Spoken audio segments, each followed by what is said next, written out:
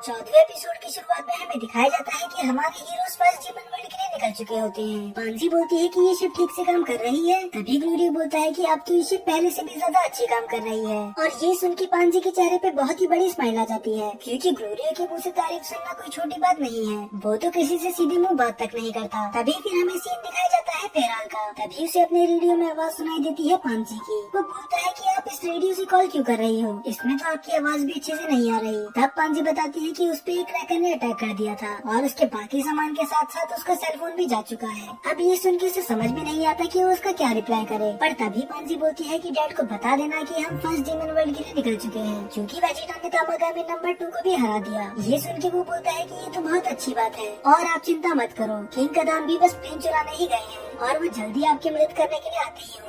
अब ये बोल के तो उसने पांजी की नाक कटवा दी थी। अब उन सबको ऐसा लगेगा कि ये चोरों के खानदान से है। पर तभी पांजी बोलती है कि डैड से बोल दो कि आप चिंता मत करो, क्योंकि आउटसाइड वर्ल्ड के लोग बहुत ही ज्यादा पावरफुल हैं, तो अगर वो नहीं भी आएंगे तो चलेगा। और चोरी और किंग एक ही सेंटेंस में सुन के वेजिटा के कान भी खड़े हो जाते हैं। वो बोलता है कि तुम्हारे डैड एक किंग है, वो फिर भी चोरी करते हैं। तब पांजी बताती है कि वो बस एक नाम के किंग है, क्योंकि हमारे पास इतना पैसा नहीं है। पर तभी बुल्मा बोलती है कि अगर तुम मुझे माजी लाइट्स दे दोगी तो उसके बदले में तुम्हें शिप दूंगी। और ये सुन के पांजी बहुत ज्यादा खुश हो जाती है। बुल्मा को तो यहाँ पर भी अपना बिजनेस ही करना था। अभी तक तो सब सही चल रहा था, पर इन्हें पता नहीं था कि आगे क्या खतरा आने वाला है। और दूसरी तरफ गोमा पूरा परेशान था। इतना सब कुछ करने के बाद भी उसे चैन नहीं था। और ये इसकी अच्छी बात भी है, क्योंकि ये गोकू और बाकी लोगों को अंडर एस्टिमेट नहीं कर रहा। वो उससे पूछता है क्या वो लोग आ चुके हैं। तब देगासू बोलता है हाँ, वो लॉबी में ही बैठे हुए हैं। ये सुन के गोमा बहुत ज्यादा खुश हो जाता है कि सच में सुपर फोर्स यहाँ पर आ चुकी है। और फिर हमें दिखाया जाता है उन सुपर फोर्स को। और इनको देखने के बाद मेरा रिएक्शन भी वही था जो गोमा का है, क्योंकि ये एक जोकर से ज्यादा कुछ नहीं लग रहे थे। तभी देगासू उन्हें सिग्नल देता है कि गोमा यहाँ पर है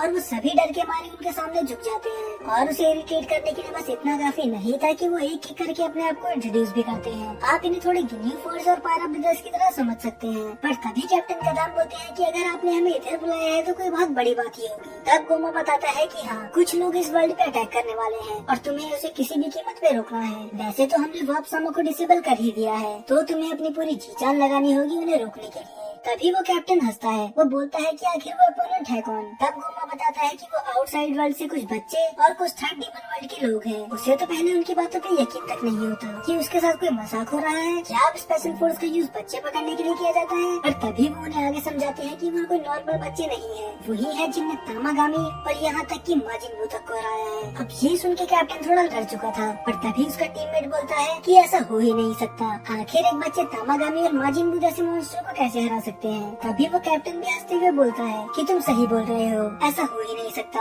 इनने तो लगभग मुझे डरा ही दिया था, यहाँ तक कि मैंने तो अपनी पतलून भी गीली कर दी थी। पर तभी देगासू बोलता है कि ये कोई मजाक नहीं है, तुम्हें उन्हें रोकना ही होगा और वो कोई आम लोग नहीं है। और ये बोल के वो वहाँ से चले जाते हैं। पर तभी उनका कैप्टन बोलता है क्या वो बच्चे सच में इतने ताकतवर है, क्या ऐसा कोई एग्जिस्ट करता भी है। पर तभी उसका दूसरा टीममेट बोलता है कि वो बस बड़ा चढ़ा के बोल रहे हैं, क्योंकि कोई चांस नहीं है कि एक बच्चा ये सब कर सके। और वो सब फिर से पागलों की तरह हंसने लग जाते हैं। और दूसरी तरफ हमारे हीरोज को पता चल चुका था कि वाप सामा बंद पड़ चुके हैं और नेवा देखते ही बता देते हैं कि ये जरूर गोमा का काम होगा। गोकू वाप सामा को अपनी पावर पोल से उठाने की कोशिश करता है, पर उसका कुछ फायदा नहीं था। अब सभी टेंशन में आ जाते हैं कि ये करे क्या, क्योंकि फर्स्ट डीमन वर्ल्ड में जाने का तो और कोई रास्ता है भी नहीं। तभी सुप्रीम काय बोलते हैं बस एक के, वो टनल, और वो भी लाइट ऑफ शील्ड से ब्लॉक है। ये सुनने के बाद गोकू शील्ड की तरफ अपना पावर पूल एक्सटेंड करता है। और ये देखने के बाद पांजी उस पे बहुत बुरी तरह चिल्लाती है कि आखिर तुम कर क्या रहे हो, क्या तुम्हारा दिमाग खराब हो चुका है। गोकू बोलता है कि तुम ऐसा क्यों बोल रही हो। तब पांजी बताती है कि अगर तुमने गलती से भी उस शील्ड को टच कर लिया तो तुम जिंदा वापस नहीं आने वाले। इससे पहले गोकू कुछ करता वो पावर पोल उस शील्ड पे जाके लग जाता है और उससे बहुत ही खतरनाक लाइटिंग निकलती है,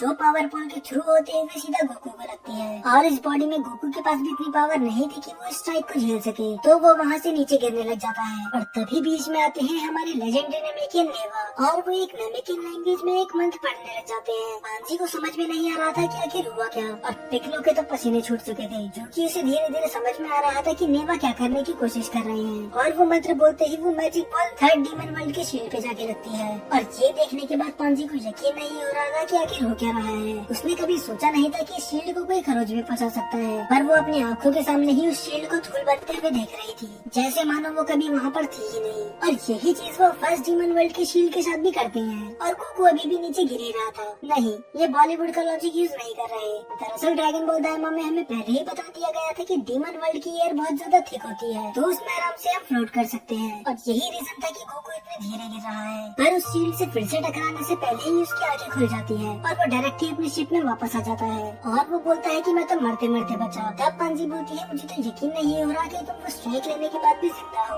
और तब गोकू नेवा की तरफ देखते हुए बोलता है कि आप तो बहुत ही ज्यादा कमाल के हैं, आपने उस शील्ड को तो धूल बना के रख दिया। तभी पिकलो अपना बिग ब्रेन यूज करता है। वो बोलता है कि आप इस शील्ड को आसानी से इसलिए ही तोड़ पाए ना क्योंकि इस शील्ड को कई साल पहले आपने ही बनाया था और वो एकदम सही था। इस शील्ड को खुद नेवा नहीं बनाया था। पर तभी पांजी हैरान होते हुए बोलती है कि आपने ऐसा क्यों करा। तब नेवा बताते हैं कि नमीकिन बहुत ज्यादा पीसफुल हुआ करते थे, पर थर्ड डीमन और फर्स्ट डीमन से लोग आके उन्हें परेशान करते थे, तो इन सब चीजों को रोकने के लिए उन्होंने दोनों वर्ल्ड के बीच में शील्ड बना दी। और फॉप सामा की वजह से अब बस लिमिटेड लोग ही यहाँ पर आ सकते हैं। तब पिकलो बोलता है कि आप सच में एक लेजेंडरी नमीकिन हैं, क्योंकि जो आप कर सकते हो वो कोई नहीं कर सकता। और ये बोलने के बाद वो सभी रवाना हो जाते हैं फर्स्ट डीमन वर्ल्ड के लिए। और शील्ड टूटने का एहसास खुद देगासू को भी हो चुका था। उसे समझ में तो नहीं आता कि हुआ क्या, पर उसे ये पता चल चुका था कि कुछ न कुछ तो बुरा हुआ ही है। और दूसरी तरफ जोकर्स की टीम जाती है स्टोर्स में वही चिप्स लेने के लिए। अगर मैं पीछे ये मेंशन करना भूल गया हूँ तो इनने कुछ चिप्स खाए थे जो इन्हें बहुत ही ज्यादा पसंद आ गए, तो ये यहाँ पर उसी के लिए आए हैं। और ये इन्हें इतने पसंद आते हैं कि वो पूरे स्टोर के चिप्स ही ले लेते हैं। और ये चीज देख के दो लोग बहुत ही ज्यादा इम्प्रेस थे, और वो थे माजिनकू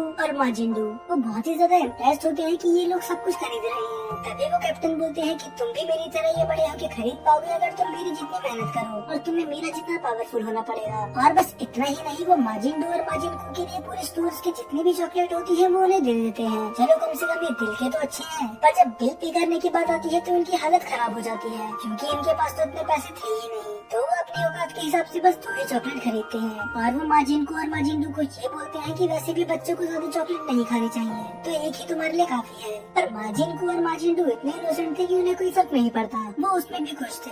और अब दूसरी तरफ फरिंसो को भी महसूस हो चुका था कि डीमन वर्ल्ड शील्ड ब्रेक हो चुकी है। पर तभी ग्लोरी बताता है कि ये शिप धीमा होने का नाम ले ही नहीं रही, तो हमें यहाँ से निकलना होगा। फिर पिकलो बोलता है कि अगर हम यहाँ से गए तो हम सीधा डीमन वर्ल्ड के स्काई में जाके गिरेंगे, तो आखिर वहाँ का टेम्परेचर है कितना। तभी हाइबिस बताता है कि मुझे ये तो नहीं पता, पर वो गर्म नहीं होना चाहिए, क्योंकि मुझे गर्मी बिल्कुल भी पसंद नहीं। ये तो कभी सही जवाब देता ही नहीं है। पर तभी ग्लोरियो बताता है कि वहाँ का टेम्परेचर है 60 डिग्री, क्योंकि उस प्लेनेट को एक छोटा सा सन ऑर्बिट कर रहा है। तभी पिकलो आइडिया देता है कि फिर हमें इस शिप को छोड़कर यहाँ से उड़ के चले जाना चाहिए। पर बुल्मा बोलती है कि मुझे तो उड़ना आता ही नहीं। और तभी हाइबिस बीच में बोलता है कि एक तो वहाँ का टेम्परेचर 60 डिग्री है, और तुम्हें क्या लगता है अब मैं तुम्हें उठा के जाऊंगा। पर तभी बुल्मा चिल्लाते हुए बोलती है कि तुमसे पूछ भी कौन रहा है, मैं अपने पति से बात कर रही हूँ। पता नहीं हाइबिस को क्यों लगा कि वेजिटा के होते हुए वो उसकी मदद मांगेगी। और इसके बाद एक एक करके सभी शिप छोड़ के चले जाते हैं। लास्ट में वेजिटा बुल्मा को अपनी गोदी में उठाता है और बुल्मा हाइबिस से बोलती है कि अगर तुम फाइट नहीं करने वाले तो तुम ड्रैगन बॉल ही लेके आ सकते हो। और उसके जाने के बाद ग्लोरी और हाइबिस दोनों ही वहाँ से ड्रैगन बॉल लेने के बाद रवाना हो जाते हैं।